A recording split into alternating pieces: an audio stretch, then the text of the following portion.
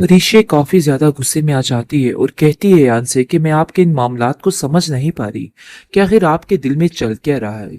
मुझे तो समझ नहीं आ रही कि आखिर आपने इधर रिश्ता कर कैसे लिया। और ये भी बात कहीं ना कहीं सच है कि ये आप दोनों की मिली जुली भगत है। मुझे पहले इन चीजों का अंदाजा नहीं था, लेकिन अब मुझे काफी हद तक इस चीज का एहसास हो गया है, क्योंकि मैं आपके और अनाया के जो रवैये देख रही हूँ ना, उससे साफ पता चल रहा है कि आप दोनों ने सिर्फ और सिर्फ बदला लेने की खातिर ये सब कुछ किया है। इसलिए मैं कभी आप दोनों को इस चीज के लिए माफ नहीं करूंगी। इस पर अयान कहता है कि देखो, चाहे जो भी हो, तुम्हें इस चीज का एहसास हो गया, यही बेहतर है। इसी बहाने मैं तुम्हारे आसपास रहूंगा, मेरे लिए इससे बड़ी और कोई बात नहीं हो सकती है। मेरा बारी इन सब चीजों को भी नहीं समझ रहा है और कहता है कि नहीं परिशे, ये सब तुम्हारा वहम है, ऐसा कुछ भी नहीं है। आप नहीं जानते हैं कि नाया ऐसा नहीं कर सकती है।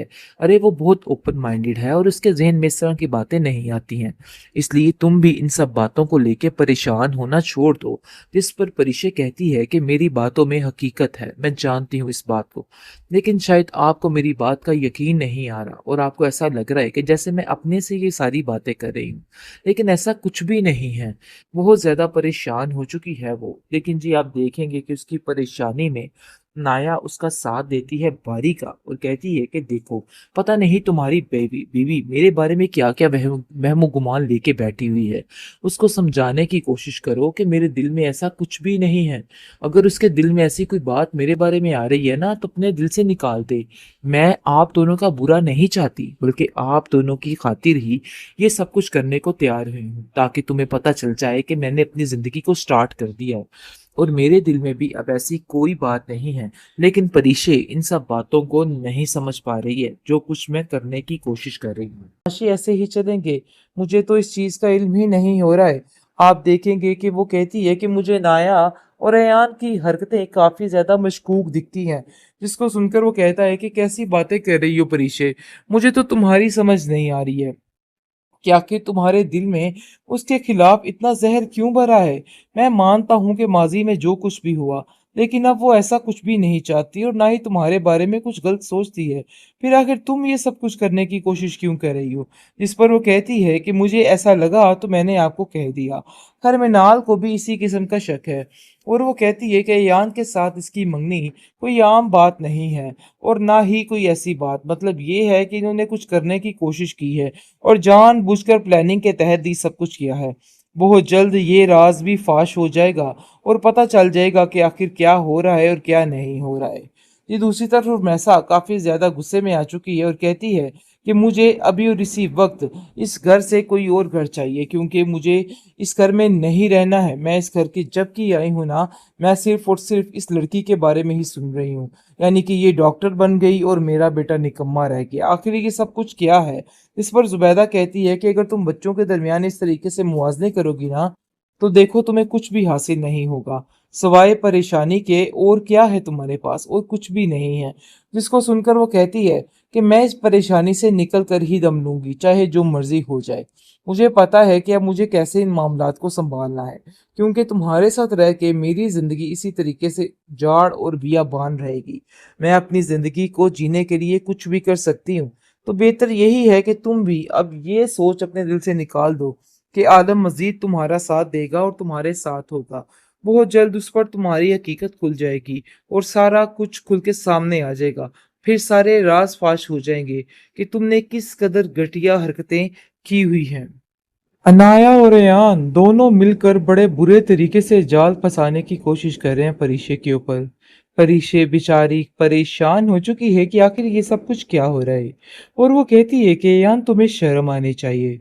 तुम्हें मंगनी कर रही है, मतलब ये है कि तुम्हारी मंगनी हो चुकी है उसके साथ, अनाया के साथ, लेकिन इसके बावजूद तुम्हारा दिमाग इतना गलीज तरीन तरीकों पे कैसे जा रहा है। मतलब ये है कि ये सारी हरकतें करके तुम ये साबित करना चाह रहे हो कि तुमने अनाया के साथ मिलकर ये साजिश की थी, जिसकी वजह से ये सब कुछ हो रहा है। आप देखेंगे कि वो काफी ज्यादा अयान गुस्से में आ जाता है और कहता है कि देखो, मुझे ये चिक चिक बिल्कुल भी तुम्हारी पसंद नहीं है, तो बेहतर यही है कि इस तरह की कोई बात ना की जाए। लेकिन जी आप देखेंगे कि बारी ये समझ रहा है कि आखिर ये मामलात कब तक चलेंगे। वो कहता है कि मुझे समझ नहीं आ रही कि आखिर इस लड़की ने अयान को ही क्यों चुना है। इसमें भी इसकी कोई ना कोई साजिश ही छुपी होगी। जिसको सुनकर मिनाल कहती है कि देखो भई, हम तो इसे कुछ भी नहीं कह सकते। जो कुछ भी उसने किया सो किया, अब कुछ भी कहना नहीं बनता है। आखिर मैं कौन होती हूँ इसको सारी चीज़ों में तसल्ली देने वाली और कहने वाली। उसकी अपनी मर्ज़ी थी जो कुछ उसने किया। अनाया को समझाता है बारी और कहता है कि देखो नाया, मुझे तुम्हारी समझ नहीं आ रही कि आखिर तुमने ये सब कुछ क्या किया और क्यों तुम ये सब कुछ करना चाह रही हो। मतलब ये है कि तुम्हें पूरी दुनिया में अयान के अलावा और कोई लड़का नहीं मिला था। तुमने अयान को ही इन सब चीज़ों के लिए क्यों चुना। इस पर वो कहती है कि मैं किसी को जवाबदेह नहीं हूँ, तो बेहतर यही है कि मेरे साथ इस किस्म की कोई भी बात ना की जाए। मुझे किसी बात से कोई सरोकार, कोई लेना देना नहीं है। मैं सिर्फ और सिर्फ आपको इतना समझाने की कोशिश कर रही हूँ कि चाहे जो भी हो, अब आपको ये बात समझ जानी चाहिए। आप देखेंगे कि परिशे काफी हैरान और परेशान है। आती है और बारी से कहती है कि बारी, मुझे तो समझ नहीं आ रही है कि आखिर ये मामला किस तरफ जाने वाला है।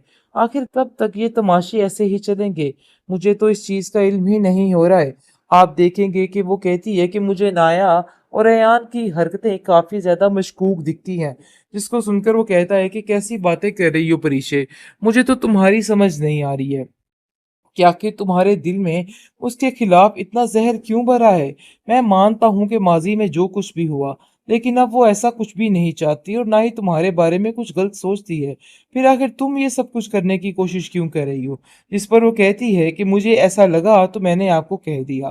खैर को भी इसी किस्म का शक है और वो कहती है कि यान के साथ इसकी मंगनी कोई आम बात नहीं है और ना ही कोई ऐसी बात। मतलब ये है कि इन्होंने कुछ करने की कोशिश की है और जानबूझकर प्लानिंग के तहत ही सब कुछ किया है।